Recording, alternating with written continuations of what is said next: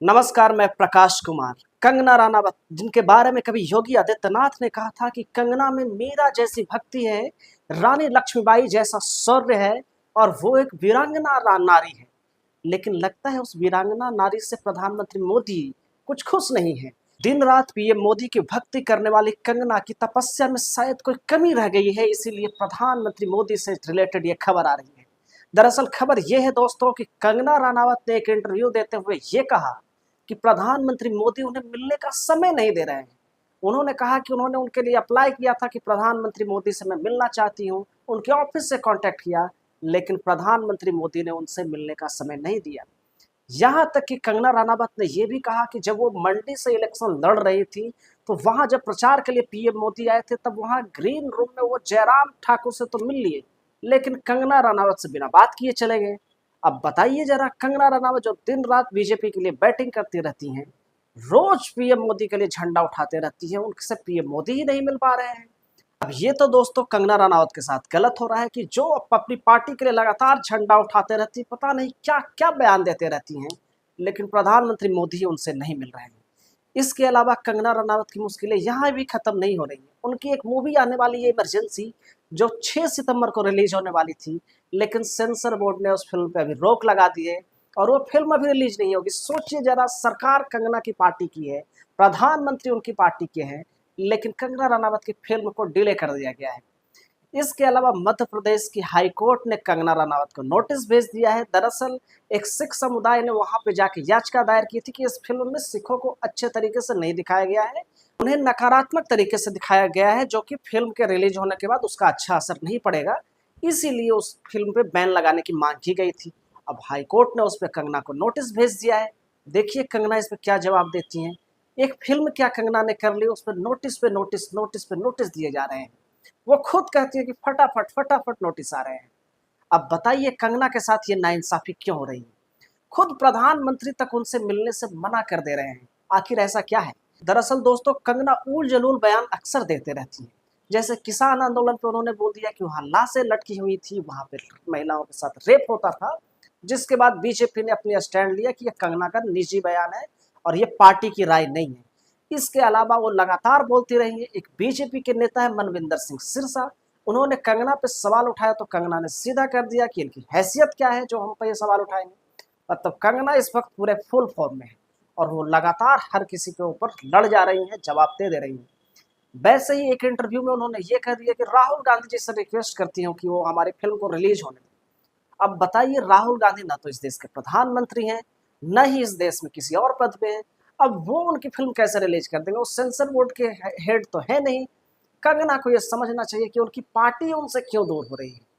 और कंगना ने ऐसे बयान एक से एक दिए हैं। एक इंटरव्यू में जब ये सवाल पूछ दिया गया कंगना रनावत से कि 2014 में आप कैसे कहती कि आजादी मिली थी, उस पे वो कहती हैं कि 2010 में उन्हें भारत से निकाल दिया गया था, ऐसी स्थितियां बन गई थी कि कंगना को देश छोड़कर जाना पड़ा। बताइए, वो बता रही थी कि उन्होंने तो अमेरिका में घर भी ले लिया था, लेकिन उनकी एक मूवी रिलीज हुई 2014 में और लोगों ने प्यार दिया, जिसके बाद उन्हें देश लौटना पड़ा।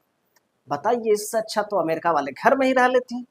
लेकिन वही सवाल जब एंकर ने दोबारा पूछ लिया कि 2014 के बाद तो विदेश जाने वालों की संख्या बढ़ गई है, तब कंगना ने कह दिया कि अब जो लोग जा रहे हैं वो भारत का नाम आगे करने के लिए जा रहे हैं, भारत का मान सम्मान बढ़ाने के लिए जा रहे हैं, देश का झंडा गाड़ने के लिए जा रहे हैं। तो क्या 2014 के पहले लोग क्या करने जाते थे?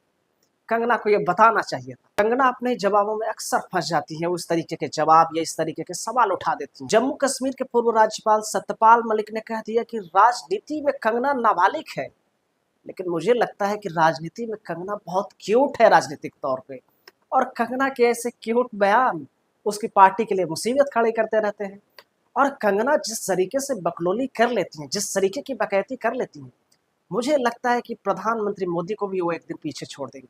दरअसल महामानव ने जहां 35 साल तक भिक्षाटन किया था, वहां की मूर्धन्य जनता ने कंगना रनावत को अपना सांसद चुना है। कंगना रनावत 2014 के बाद खुली हवा में सांस लेने वालों की एक तरीके से यूथ आइकन है, सशक्त नारी है। ऐसे में कंगना रनावत के खिलाफ ये जो किया जा रहा है, ये बिल्कुल गलत हो रहा है।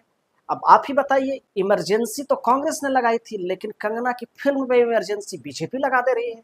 ये तो कंगना के साथ बड़ी नाइंसाफी है कि उन्हीं की सरकार है, उन्हीं के सारे लोग हैं और उन्हीं की फिल्म को रोक दिया जा रहा है, उनके साथ लगातार बयान पे बयान दिए जा रहे हैं। इसके अलावा कंगना रनावत से ये पूछ दिया गया कि जातिगत जनगणना पे आपका क्या विचार है। उस पर कंगना ने कहा कि मेरा वही विचार है जो योगी जी का है, बटेंगे तो कटेंगे। अब बताइए, बीजेपी को फिर बयान जारी करना पड़ गया कि हम तो अभी इस पे सोच ही रही हैं कि क्या फैसला लेना है, इस पे विचार कर रहे हैं। बताइए, कंगना पहले विचार देकर आ गई। तो बीजेपी भी परेशान हो गई और हरियाणा के जो इलेक्शन आए हैं तो बीजेपी ने कहीं ना कहीं ये कह दिया है कि भैया आपकी फिल्म चले या ना चले, हमारा इलेक्शन फ्लॉप हो जाएगा। तो अब कंगना रनावत से विपक्ष वाले ज्यादा परेशान नहीं है, सत्ता पक्ष वाले ज्यादा होने लगे हैं। बीजेपी के कार्यकर्ताओं को आजकल देखे तो योगी और मोदी को छोड़कर वो कंगना रनावत के लिए झंडा उठा लेते हैं। तो कहीं ना कहीं वो आने वाले समय की यूथ आइकन है।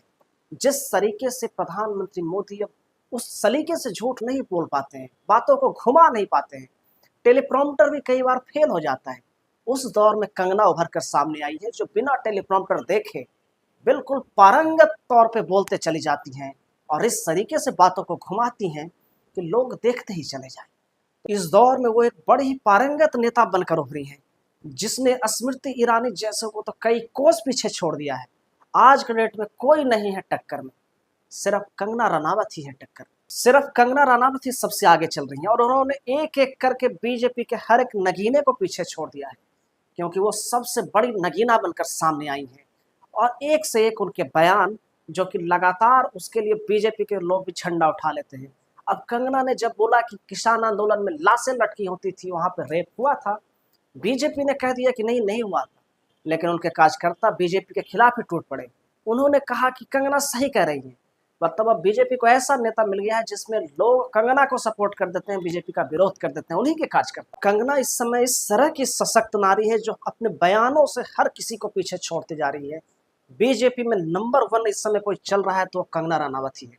अब आप बताइए, इमरजेंसी के ऊपर जो उनकी इमरजेंसी लग गई है सरकार की, क्या ये सही है? क्या उनकी फिल्म को रिलीज नहीं होने देना चाहिए? अब ये तो सरकार ही बता सकते हैं, प्रधानमंत्री मोदी ही बता सकते हैं, जिनसे कंगना बार बार मिलने की जुर्रतें कर रही थी, मिन्नतें कर रही थी, लेकिन कह रही हैं कि वो 5 साल से प्रधानमंत्री मोदी से नहीं मिल पाई है। कितने आश्चर्य की बात है। मुझे लगता है प्रधानमंत्री मोदी को एक अपॉइंटमेंट दे ही देना चाहिए। अब कंगना को नहीं मिलेगा तो फिर किसे अपॉइंटमेंट मिलेगा? वो तो विपक्ष वाले सांसदों के साथ भी चाय पी लेते हैं, तो एक बार अपने सांसद के साथ चाय क्यों नहीं पी रहे हैं? प्रधानमंत्री मोदी को अब कंगना को एक बार बुलाकर बात कर ही लेनी चाहिए। बाकी दोस्तों, देखते हैं इस मुद्दे पे आपकी क्या राय है, जरूर कमेंट करके बताइएगा कि क्या जो कंगना की फिल्म आ रही है इमरजेंसी, उसको रिलीज होने से रोकना सही है क्या? और मध्य प्रदेश हाईकोर्ट का जो नोटिस मिला है उस पर कंगना क्या जवाब देती है, ये भी देखना दिलचस्प होगा। बाकी आप भी उनके इंटरव्यू देख ही रहे होंगे।